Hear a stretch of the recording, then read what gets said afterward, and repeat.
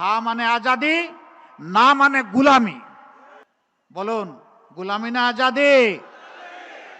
গুলামি না আজাদি? অতএব 12 তারিখ প্রথম ভোটটি পড়বে ইনশাআল্লাহ হায়ের পক্ষে গণভোটে। আপনারা সবাই রাজি আছেন? সবাই রাজি? আলহামদুলিল্লাহ। এই কয়জন রাজি হইলে গণভোট পাশ করবে? প্রত্যেকটা মানুষের হা বুটে ভোট নিশ্চিত করার জন্য আজ থেকে আমরা যুদ্ধে নামবো ইনশাআল্লাহ। মানুষকে বুঝাবো, হা বিজয়ী হলে বাংলাদেশ বিজয়ী হবে, হা পরাজিত হলে বাংলাদেশ পরাজিত হয়ে যাবে। আমাদের সন্তানরা তারা বলেছে জীবন দিব, জুলাই দিব না। আরো বলছি, জুলাই শহীদেরা প্রয়োজনে জীবন দিব, তবুও তোমাদের সাথে দেওয়া কথা রক্ষা করব ইনশাআল্লাহ। 54 বছরে পালাক্রমে যারা দেশ শাসন করেছেন তারা জাতির উপর ন্যায় বিচার প্রতিষ্ঠা করতে পারেননি।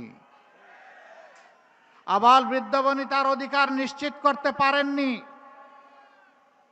তারা আমাদের সন্তানদেরকে সোনার সন্তান হিসাবে, খাঁটি মানুষ হিসাবে গড়ে তোলার কর্মসূচি নিতে পারেননি। যার কারণে আজকে আমরা দেখি সমাজে বিভিন্ন ধরনের বিপর্যয়, বিশৃঙ্খলা। আমাদেরই তরুণ সমাজের একটা অংশ তারা মাদকের সাথে সম্পৃক্ত, তারা বিভিন্ন সামাজিক অপকর্মে জড়িত। কেন? এর মূল কারণ হচ্ছে রাষ্ট্র ব্যর্থ হয়েছে তাদেরকে গড়ে তুলতে, তাদেরকে সুশিক্ষা দিতে।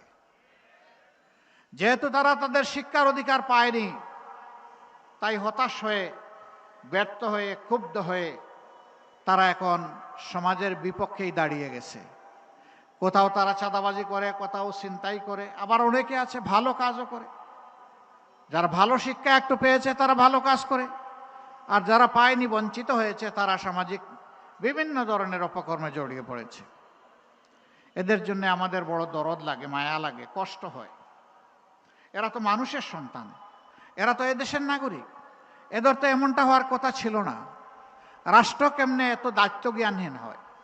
সরকার কেমনে এত দায়িত্ব জ্ঞানহীন হয়? কেন একটা মানব সন্তান জন্ম নেওয়ার পরে সে শৈশবে উপযুক্ত চিকিৎসা এবং শিক্ষা পাবে না? এ ব্যর্থতা কার?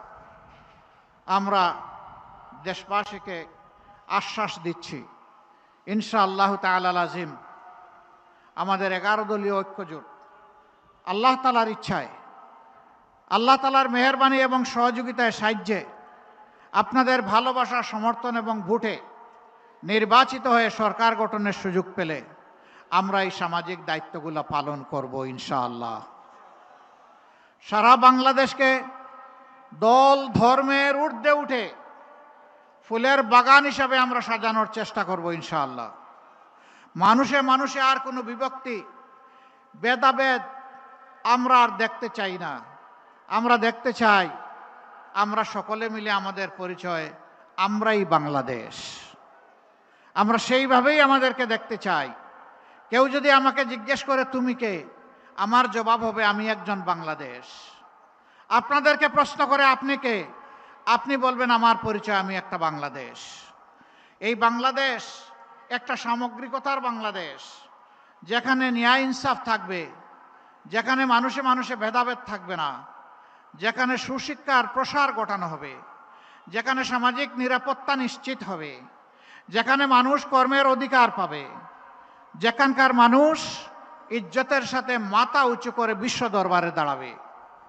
আর বলবে না অমুক দেশ আমার বড় দাদা, অমুকটা আমার পিসির দেশ, অমুকটা আমার মাসির দেশ। বরঞ্চ জোর করে বলবে এটা আমার বাংলাদেশ।